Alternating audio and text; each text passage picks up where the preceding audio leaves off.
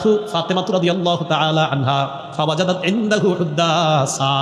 ফাতেমা বাবার কাছে আসলেন, আসার পর দেখে অনেক মানুষ কথাবার্তা বলে, কথা না বইলা ফাতেমা এসে দেখে আব্বার সামনে অনেক মানুষ। ফারাজাআত, হযরত ফাতেমা চলে যায়। মনে করেন আপনাদের কারো ডাক্তারের একটা দোকান আছে বাজারে, অথবা আপনার কারো দোকান আছে, তো আপনার দোকানে আপনার মেয়েটা গেছে, বোরকা টোরকা পরে গেছে, গিয়ে একটু আড়ালে দাঁড়ায় আছে, মানে আব্বা কখন একা হবে, আব্বার সাথে একটু কথা বলবে, কিন্তু আপনার দোকানে মানুষ আর কমে না। বাবা কি করবে বলেন তো? বাবা তো যদি খেয়াল করে আমার মেয়েটা আসছে, মানুষদের কারণে কথা বলতে পারে নাই, শাটারটা লাগাইয়া সর্বপ্রথম মেয়ের কাছে যাবে। তুমি গেলা দোকানে কেন মা? নবীজিও সেম কাজ করলেন। নবীজি দেখলেন ফাতেমা আসছে, কথাবার্তা না বলে চলে গেছে। আতাহা মিনাল গদি, পরের দিন নবীজি নিজে ফাতেমার বাড়িতে চলে গেছে। ফাতেমা, মা কান হাজা, তুমি কালকে কেন গেছো? আমি তো সব দেখছি, তুমি যে গেছো, কেন গেছো? হযরত ফাতেমা চিন্তা করতেছে, কিমনে আব্বারে কই, লজ্জায় চুপচাপ সাকাতাত, চুপ রইছে, মানে বাপের তো বলতে হবে আব্বা কাজ করতে করতে ফুসকা পড়ছে, এটা বলতে পারতেছে। হযরত আলী কয়, ইয়া রাসূলুল্লাহ উহাদ্দিসুকা, আমি বলি। সুবহানাল্লাহ, হুজুর আমি বলি। নবীজি কহা বলো। ইন্নাহা জাররাত বিররাহা, হুজুর জাতা ঘুরাইতে ঘুরাইতে হাত্তা সারাত ফি ইয়াদিহা, হাতের মধ্যে ফুসকা পড়ে গেছে। নবীজি কয় তারপর? ওয়া হামালাত বিল কিরবা, কলসি ভর্তি পানি টানতে টানতে হাত্তা আসসারাত ফি নাহরিহা, শরীরের মধ্যে দাগ পড়ে গেছে। নবীজি বললেন তারপর? ইয়া রাসূলুল্লাহ ফালাম্মা আনজা আকাল খাদাম, আপনার দরবারে কিছু খাদেম আসছে। আমানতুহা আনতা আতিয়াকা ফাতাস্তাখদিমাকা খাদিমা, আমি ফাতেমাকে বললাম আপনার কাছে যে একটা খাদেম চেয়ে নেওয়ার জন্য। স্বামী তার স্ত্রীকে বিয়ে করার পর এই স্ত্রীর স্বামীর সকল বৈধ কথা কর্মে আনুগত্য করাটা, এটা একজন স্বামী তার বিবির কাছে পাও না। একটু মন দিয়ে শোনেনি কথাটা। 6টা দৃষ্টান্ত দিই, দেওয়ার পরে আপনাদের বুঝে আসবে একটা স্বামীর তার স্ত্রীর কাছে কতটা গুরুত্বপূর্ণ, আর একটা মেয়ের কাছে তার স্বামীর গুরুত্ব তখন বুঝে আসবে মেয়েটার মধ্যে যখন দিনের শিক্ষা থাকবে। অন্যথায় দিনের শিক্ষা যদি না থাকে, তখন মেয়ের স্বামী থাকবে একদিকে, মেয়ে থাকবে আরেক দিকে। স্বামী থাকবে গাজীপুর, মেয়ে ইন্টার্নি করার জন্য যাবে চট্টগ্রাম, ব্যবসায়ী চাকরির পাশে 15 দিনের জন্য চট্টগ্রাম যাবে। স্বামীও কিছু মনে করবে না, স্ত্রীও কিছু মনে করবে না, ছেলে মেয়ে পালে কে আরেকজনে পালতেছে। কেন? দিন শিক্ষা না থাকার কারণে সমাজের মধ্যে জিনা আর ধর্ষণ দুই দিক থেকেই খুব বেড়ে যাচ্ছে। একদিক দিয়ে স্বামী অপকর্মে জড়িয়ে যায়, আরেক দিক দিয়ে বিবিও জড়িয়ে যায়। কেন? দিন শিক্ষার অভাব দুজনের মানুষ। তো বলছিলাম, 1 নাম্বার একটা স্বামী তার স্ত্রীর কাছে কতটা গুরুত্বপূর্ণ, 6টা দৃষ্টান্ত নেন। 1 নাম্বার তিরমিজি শরীফের 1159 নাম্বার হাদিসের বর্ণনা। ক্বালা রাসূলুল্লাহ সাল্লাল্লাহু আলাইহি ওয়াসাল্লাম, নবীজি বলেন, লাউ কুনতু আমিরান আহাদান আইয়াসজুদা লি আহাদিন লা আমারতুল মারআতা আন তাসজুদা লি যাওজিহা। নবীজি বলেন, আল্লাহ ছাড়া কাউকে সিজদা করা জায়েজ নাই। যদি জায়েজ থাকতো তাহলে আমি দুনিয়ার কাউকে যদি হুকুম করতাম, নারীকে হুকুম করতাম তার স্বামীকে সিজদা করার জন্য। বলেন, আল্লাহ ছাড়া কাউকে সিজদা করা জায়েজ আছে? নবীজি বলেন, যদি আমি কাউকে বলতাম অন্য কোনো মানুষকে সিজদা করার জন্য, আমি নারীকে বলতাম তার স্বামীকে যেন সিজদা দেয়। দ্বিতীয় উদাহরণ, ইবনে মাজাহ 1852 নাম্বার হাদিস। ক্বালা রাসূলুল্লাহ সাল্লাল্লাহু আলাইহি ওয়াসাল্লাম, নবীজি বলেন, লাউ আন্না রাজুলান আমারা ইমরাআতাহু আন তানকুলা মিন জাবালিন আহমার ইলা জাবালিন আসওয়াদ ওয়া মিন জাবালিন আসওয়াদা ইলা জাবালিন আহমার। কোন স্বামী যদি তার স্ত্রীকে বলে লাল পাহাড় থেকে কালো পাহাড় পর্যন্ত পাথর বহন করে নিয়ে যাওয়ার জন্য, অথবা কালো পাহাড় থেকে লাল পাহাড় পর্যন্ত পাথর বহন করার জন্য, লাকানা নাউলুহা আন তাফআলা, তাহলে স্ত্রীর জন্য অপরিহার্য হয়ে যাবে স্বামীর এই কথা মান্য করা। আপনার আবার কালকে সকালে আপনার বিবিরে বললেন না, তুমি পাথর নিয়ে ওই গাজীপুর যাও। এটা উদাহরণ, কথার কথা নবীজি বুঝাইলেন। কোন স্বামী যদি তার স্ত্রীকে বলতেন কালো পাথর পাহাড় থেকে লাল পাহাড়, লাল পাহাড় থেকে কালো পাহাড় পর্যন্ত পাথর স্থানান্তরিত করার জন্য, তাহলে একটা স্ত্রীর জন্য অপরিহার্য হয়ে যেত স্বামীর এই হুকুম পালন করা। বলেন তো স্বামীর গুরুত্ব স্ত্রীর কাছে কি কম এই হাদিস দ্বারা বোঝা যায় না অনেক বেশি?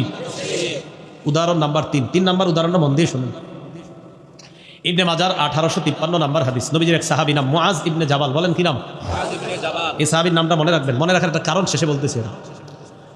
হাদিসের বর্ণনাকারী আব্দুল্লাহ ইবনে আবি আওফা রাদিয়াল্লাহু তাআলা তিনি বলেন, লাম্মা কদিমা মুআজুম মিনাশ শাম, নবীজির সাহাবী মুআজ ইবনে জাবাল যখন শাম দেশে গেলেন, শাম দেশ থেকে যখন রওনা করলেন, আগমন করলেন যখন মদিনায়, আগমন করার পর একটা কর্ম করলেন। এই কর্মটা শব্দটা শোনার পর সবাই নাউজুবিল্লাহ জোরে বলবেন। মুআজ ইবনে জাবাল যখন মদিনায় আসলেন, আসার পর সাজাদা লিন নবী সাল্লাল্লাহু আলাইহি ওয়াসাল্লাম, আল্লাহ নবীর সিজদা দিছে। নবীর কি করতে? নবীজি সাহাবী নবীজির সিজদা দিছে। নবীজি বললেন, মা হাজা ইয়া মুআজ, মুআজ এটা তুমি কি করলা? এটা কি করলা তুমি?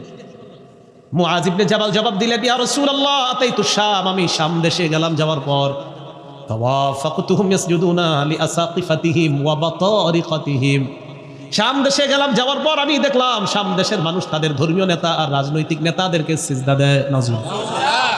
ফাওয়াদিতু ফি নাফসি আন্না ফাআলা যাকা বিকা ইয়া রাসূলুল্লাহ, আমি নিয়ত করলাম মদিনায় আইসাই আপনারে সিজদা দিমু। কারণ এরা সিজদা দেন তাকে, তো আমি কেন দিব না?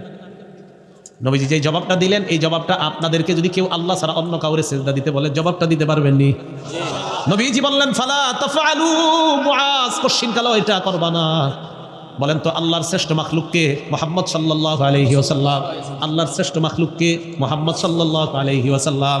সারা পৃথিবীর মধ্যে আগে বলেন পরে বলেন যত মাখলুক আসছে আসবে সবার মাঝে সেরা যিনি, তিনি বললেন সাবধান সাহাবারা, তোমরা আমাকে কখনো সিজদা দিবা না।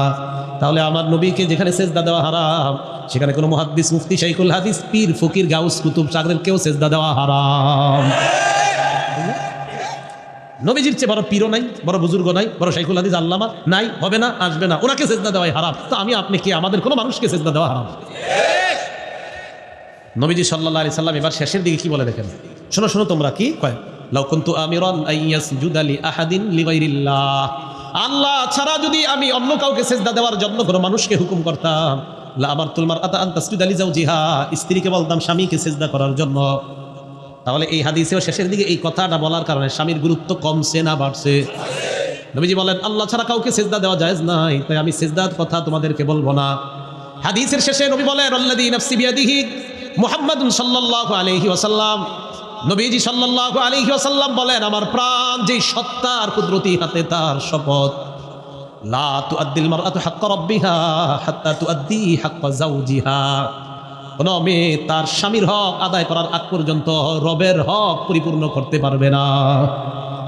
একজন মেয়ে সব ঠিক আছে, নামাজ পড়ে, রোজা রাখে, সব ঠিক, তো স্বামীর সাথে প্রত্যেকদিন ঝগড়া করে, স্বামীর হক আদায় করে না, স্বামীর নামে যত অপবাদ আছে দিতে থাকে। স্বামী মানে সে নামাজ পড়ে, রোজা রাখে, সব, কিন্তু স্বামীর সহ্য করতে পারে না, কোনো কারণ ছাড়া, এমনি হুদাই সহ্য করতে পারে না।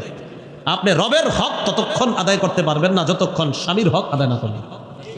আজকে বাবুনরা যারা মহিলা মাদ্রাসা কেন্দ্র করে আসে, এরা বলবে হুজুর আপনি এই অধিকার আলোচনা করলেন, আমগো অধিকার নাই। আপনাদের অধিকার সম্পর্কে আমার যত লম্বা বয়ান আছে, এত লম্বা বয়ান অন্য কেউ করে না, যেই বয়ান আমি মহিলাদের অধিকার নিয়ে আলোচনা আছে। আপনারা দেখবেন মহিলাদের অধিকার নিয়ে অনেক লম্বা আলোচনা আছে, নারীদের অধিকার। তো আপনি কটা তো অনেক করলাম, আজকে দুই একটা শুনেন না স্বামীদেরটা। রাসূল সাল্লাল্লাহু আলাইহি সাল্লাম বললেন রবের হক ততক্ষণ পুরা করতে পারবে না যতক্ষণ স্বামীর হক পুরা না করবে। উদাহরণ নাম্বার 4, এই 4 নাম্বার উদাহরণে একটা সাহাবীর নাম বলবো। আলেমরা সারা বলেন তো আগের হাদিসে একজন সাহাবীর নাম মনে রাখতে বলছি কি নাম?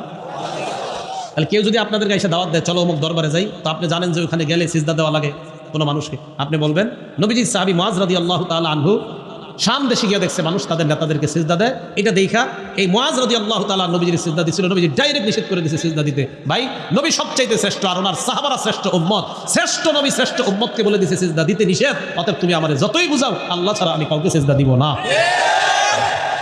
এগুলো 3 নম্বর দৃষ্টান্ত। দৃষ্টান্ত নাম্বার 4, এই জায়গায় একজন সাহাবীর নাম বলবো, ওনার নামটাও মনে রাখবেন, কাইস ইবনে সাদ। কি নাম?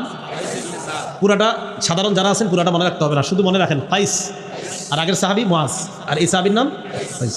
এই কাইস ওনার নামটা মনে রাখবেন কেন? এটার কারণ আছে। মুআজ রাদিয়াল্লাহু তাআলা আনহুর নাম মনে রাখবেন এই কারণে যে মানুষ সিজদা দেওয়া জায়েজ নেই, আর কাইস রাদিয়াল্লাহু তাআলা আনহুর ব্যাপারে হাদিসটা শুনেন তখন বুঝবেন।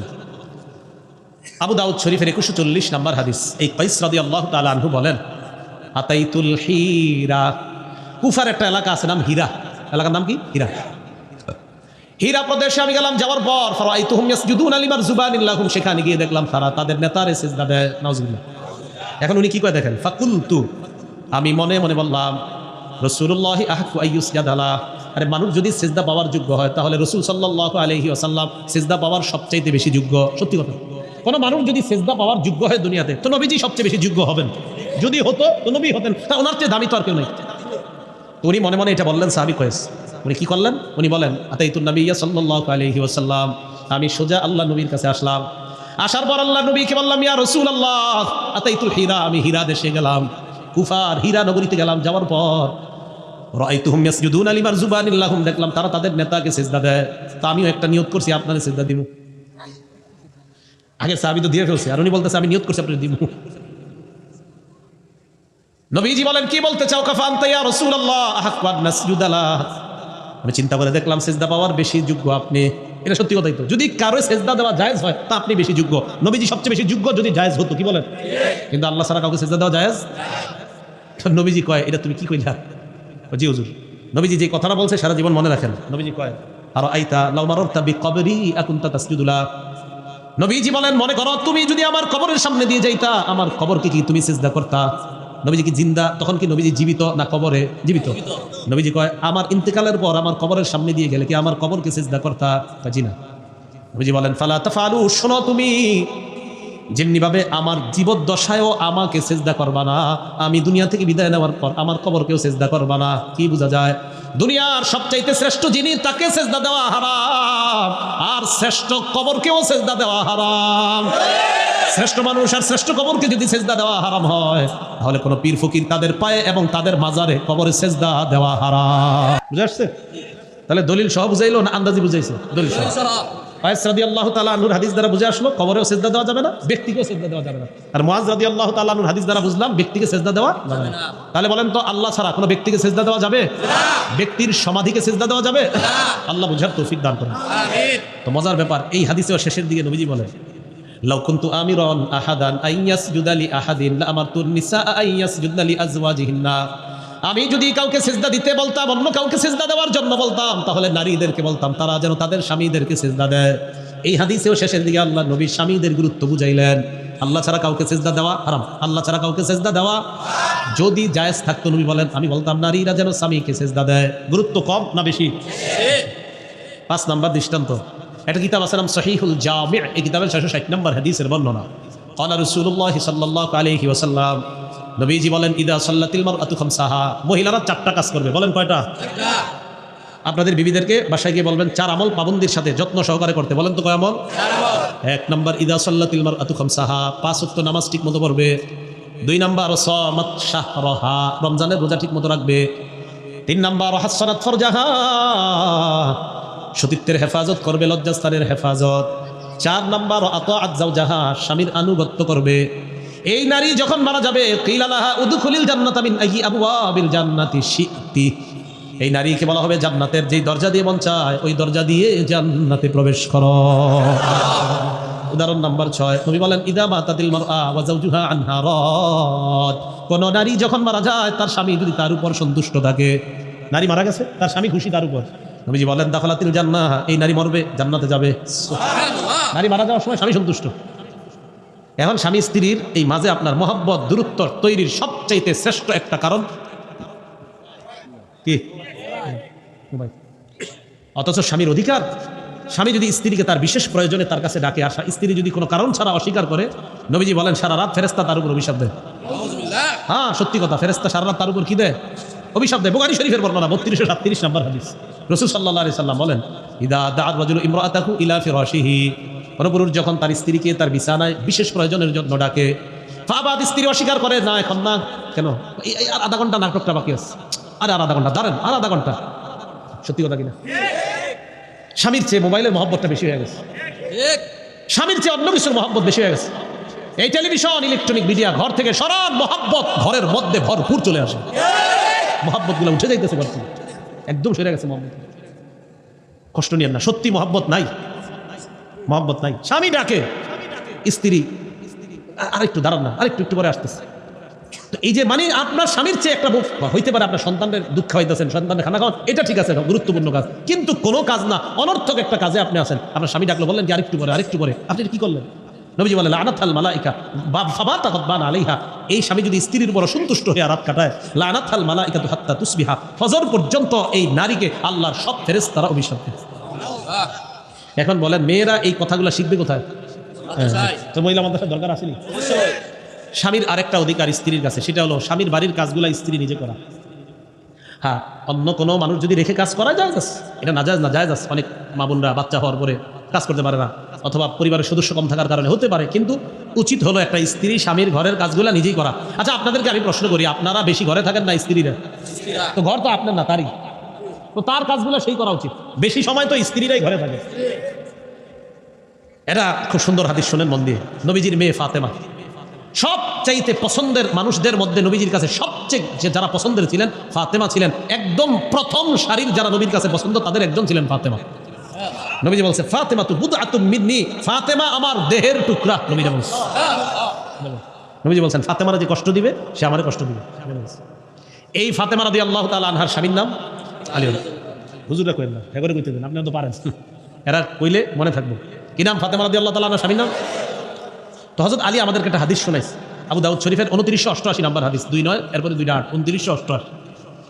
এই হাদিসের মধ্যে আছে হযরত আলী বলেন ফাতেমা ঘরের মধ্যে ইন্নাহা জাররাদ্দির রাহা, জাতা ঘুরাইতে ঘুরাইতে, মুরব্বীরা জাতা কলের কথা বলতে পারে, মুরব্বীরা আগের দিনে জাতা, এটা ঘুরাইতে ঘুরাইতে হাত্তা আসসাওয়াফি ইয়াদিহা, হাতের মধ্যে ফোসকা পড়ে গেছে। কার? দুনিয়ার শ্রেষ্ঠ মানুষের একজন কন্যা, যিনি দুনিয়ার শ্রেষ্ঠ একজন কন্যা, তিনি ঘরে জাতা ঘুরাইতে ঘুরাইতে হাতে ফোসকা পড়ে গেছে। 2 নাম্বার ওয়াসাকাত বিল কিরবা হাত্তা আসরাফি নাহরিহা, কলসি ভর্তি পানি টানতে টানতে শরীরে দাগ পড়ে গেছে। কলসি দিয়ে পানি আনে না মা বললে এরকম। ওয়াকানাসাতিল বাইতা হাত্তা বাররাত সিয়াবুহা, ঘর ঝাড়ু দিতে দিতে পোশাকগুলা প্রায় সময় ময়লা হয়ে যায়। আলী রাদিয়াল্লাহু তাআলা আনহু বলেন আতান নবী সাল্লাল্লাহু আলাইহি ওয়াসাল্লাম খাদামুন, আল্লাহ নবীর দরবারে একদল খাদেম উপহার আসছে। আগের জামানায় খাদেম উপহার আসতো, খাদেম। তো নবীজি এগুলোর বন্টন করে বিভিন্ন জায়গায় দিয়ে দিতেন। হযরত আলী ফাতেমাকে বললেন ফাতেমা লাউ আতাইতি আবাকি, যদি তুমি তোমার আব্বার কাছে যাইতা, ফাসালতিহি খাদিমা, তোমার আব্বার কাছ থেকে একটা খাদেম যদি চেয়ে আনতে পারতা তোমার কষ্ট একটু কম হইতো। ফাতাতু ফাতেমা রাদিয়াল্লাহু তাআলা আনহা ফাওয়াজাদাত ইনদাহু হুদ্দাসা, ফাতেমা বাবার কাছে আসলেন, আসার পর দেখে অনেক মানুষ কথাবার্তা বলে, কথা না বইলা ফাতেমা এসে দেখে আব্বার সামনে অনেক মানুষ। ফারাজাআত, হযরত ফাতেমা চলে যায়। মনে করেন আপনাদের কারো ডাক্তারের একটা দোকান আছে বাজারে, অথবা আপনার কারো দোকান আছে, তো আপনার দোকানে আপনার মেয়েটা গেছে, বোরকা টোরকা পরে গেছে, গিয়ে একটু আড়ালে দাঁড়ায় আছে, মানে আব্বা কখন একা হবে, আব্বার সাথে একটু কথা বলবে, কিন্তু আপনার দোকানে মানুষ আর কমে না। বাবা কি করবে বলেন তো? বাবা তো যদি খেয়াল করে আমার মেয়েটা আসছে, মানুষদের কারণে কথা বলতে পারে নাই, 60-80টা লাগাইয়া সর্বপ্রথম মেয়ের কাছে যাবে। তুমি গেলা দোকানে কেন মা? নবীজিও সেম কাজ করলেন। নবীজি দেখলেন ফাতেমা আসছে, কথাবার্তা না বলে চলে গেছে। আতাহা মিনাল গদি, পরের দিন নবীজি নিজে ফাতেমার বাড়িতে চলে গেছে। ফাতেমা মা কান হাজা, তুমি কালকে কেন গেছো? আমি তো সব দেখছি, তুমি যে গেছো কেন গেছো? হযরত ফাতেমা চিন্তা করতেছে কিমনে আব্বারে কই, লজ্জায় চুপচাপ সাকাতাত, চুপ রইছে, মানে বাপের তো বলতে হবে আব্বা কাজ করতে করতে ফসকা পড়ছে, এটা বলতে পারতেছে। হযরত আলী কয় ইয়া রাসূলুল্লাহ উহাদ্দিসুকা, আমি বলি। সুবহানাল্লাহ, হুজুর আমি বলি। নবীজি কয় হ্যাঁ বলো। ইন্নাহা জাররাদ্দির রাহা, হুজুর জাতা ঘুরাইতে ঘুরাইতে হাত্তা সারাত ফি ইয়াদিহা, হাতের মধ্যে ফসকা পড়ে গেছে। নবীজি কয় তারপর? ওয়া হামালাত বিল কিরবা, কলসি ভর্তি পানি টানতে টানতে হাত্তা আসরাত ফি নাহরিহা, শরীরের মধ্যে দাগ পড়ে গেছে। নবীজি বললেন তারপর? ইয়া রাসূলুল্লাহ ফালাম্মা আনজা আকাল খাদাম, আপনার দরবারে কিছু খাদেম আসছে। আমানতুহা আনতা আতিয়াকা ফাতাস্তাখদিমাকা খাদিমা, আমি ফাতেমাকে বললাম আপনার কাছে যে একটা খাদেম চেয়ে নেওয়ার জন্য। নবীজি বলেন কথা শেষ তোমাদের? জি। কয় খাদেম কেন আনতে বলছো? কইয়া কিহা হাররামা হিয়া ফি, হুজুর ফাতেমার যাতে একটু কষ্ট কম হয় এই জন্য বলছি খাদেম আনতে। নবীজি হযরত ফাতেমাকে 4টা কথা বললেন। হুজুরে বলেন কয়টা? 1 নম্বরে বললেন ইত্তাকিল্লাহ ইয়া ফাতিমা, ফাতেমা তুমি আল্লাহকে ভয় করো। 2 নম্বরে বললেন আদ্দি ফারিদাতা রাব্বিক, তোমার রবের ফরজগুলো আদায় করো। 3 নম্বরে বললেন আমালি আমালা আহলি বাইতিক, ঘরের কাজ নিজে করো। ঘরের কাজ নিজে করো। শ্রেষ্ঠ মানুষ শ্রেষ্ঠ কন্যাকে বলতেছে, শ্রেষ্ঠ মানুষ শ্রেষ্ঠ কন্যা, শ্রেষ্ঠ মানুষ শ্রেষ্ঠ কন্যা। আমার আপনার ভাবের শেষ থাকে না। ও আমালি আমালা আহলি বাইতিক, ঘরের কাজ নিজে করো। 4 নম্বরে নবী বললেন ইদা খস্তিমাত জাকিমা, সারাদিন কষ্ট করার পর যখন বিছানায় যাও তখন 3টা আমল করবা। কয়টা? 1 নম্বর সাব্বিহি সালাসা ওয়া সালাসিনা, 33 বার সুবহানাল্লাহ পড়বা। ওয়াহমাদি সালাসা ওয়া সালাসিনা, 33 বার আলহামদুলিল্লাহ পড়বা। ওয়া কাব্বিরি আরবা ওয়া সালাসিনা, 34 বার আল্লাহু আকবার পড়বা।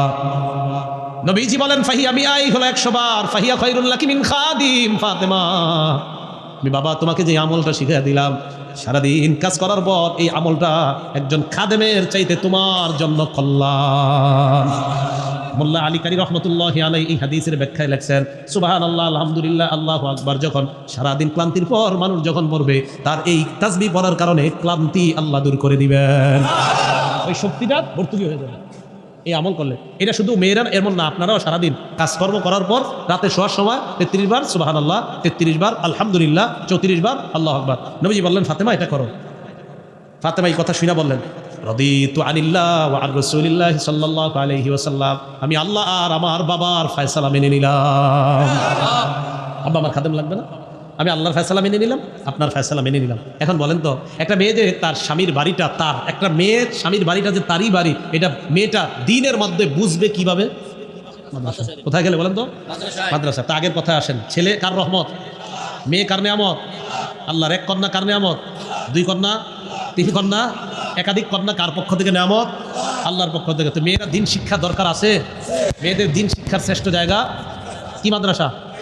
মহিলা মাদ্রাসা আল্লাহ আমাদের সকলকে, রাসূলুল্লাহ সাল্লাল্লাহু আলাইহি সাল্লাম আমাদেরকে শিখাইয়া দিলেন, জানায়া দিলেন, মেয়েও রহমত, ছেলেও রহমত।